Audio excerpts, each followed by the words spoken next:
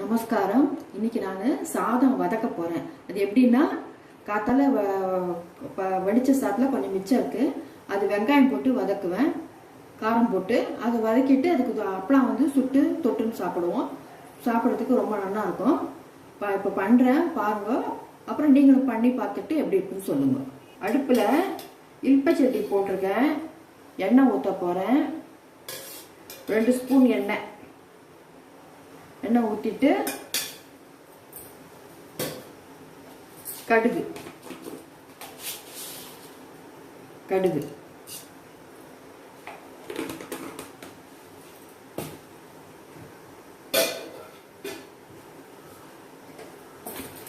கடுகு வெடிச்சோடனே உளுத்தம்பருப்பு,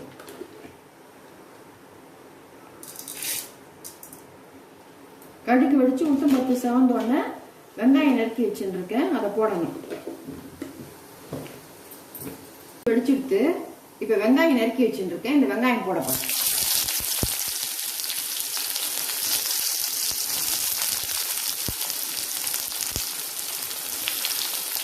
இது நல்லா வதங்கணும் வெங்காயம்.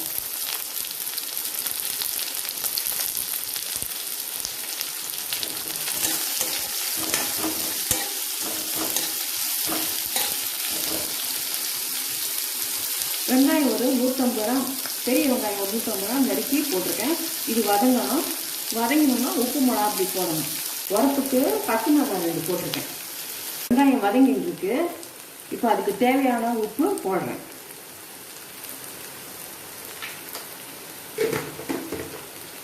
மஞ்சள் பொடி போடுறேன்.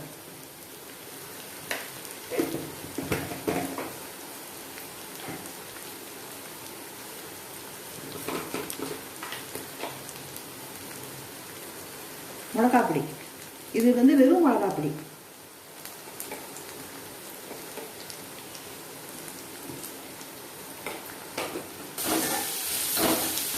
இது உப்பு உரப்பெல்லாம் அந்த வெங்காயத்தில் நல்லா இறங்கினோடனே சாக்கு போட்டு கலவிட்டு கொஞ்சம் மூடி வைக்கணும். மூடி வச்சு அது எல்லாம் அந்த சாக்கில் இறங்கிக்கும். சாப்பிட்றதுக்கு நல்லா இருக்கும். வெங்காயம் வதங்கிட்டு இதில் இப்போ சாதம் போட போகிறேன்.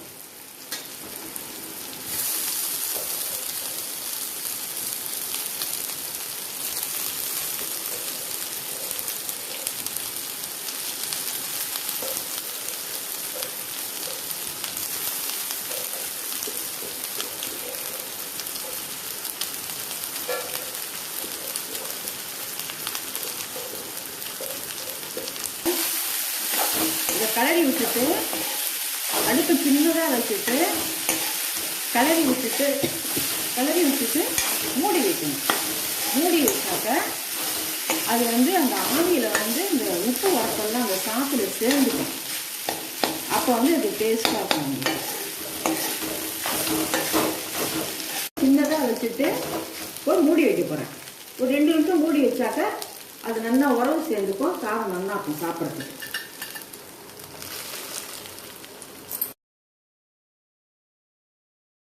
நிமிஷம் ஆயிடுத்து.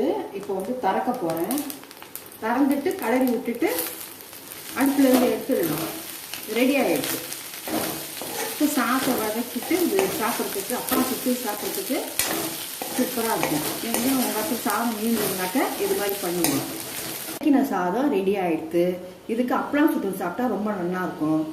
எப்படி இருக்குன்னு பண்ணி பார்த்துட்டு மறக்காம சப்ஸ்கிரைப் பண்ணுங்க. Thank you.